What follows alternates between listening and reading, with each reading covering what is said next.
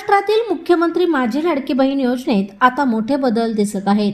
आधार link आणि e-KYC सह इतर डाटाबेस पडताळणीनंतर राज्य सरकारने अयोग्य लाभार्थ्यांची मोठी छाटणी केली आहे।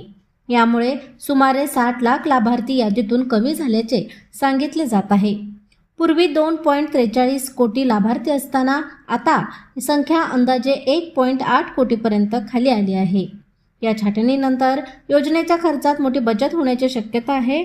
सरकारी सूत्रांच्या मते 2026-27 या अर्थसंकल्पात या योजनेसाठी 20% कपात होऊ शकते। यामुळे योजनेच्या एकूण निधीत हजारो कोटी रुपयांची बचत होऊ शकते, ज्याचा फायदा इतर क्षेत्रांना मिळू शकतो। मात्र पात्र महिलांना दरमहा 1500 रुपयांचा हप्ता नियमित मिळत राहील असे संकेत आहेत। ही छाटणी मुख्यतः अयोग्य लाभार्थ्यांना रोखण्यासाठी आणि योजनेची विश्वासार्हता वाढवण्यासाठी करण्यात आली आहे। प्रशांत कांबळे, अग्रणी न्यूज, विटा।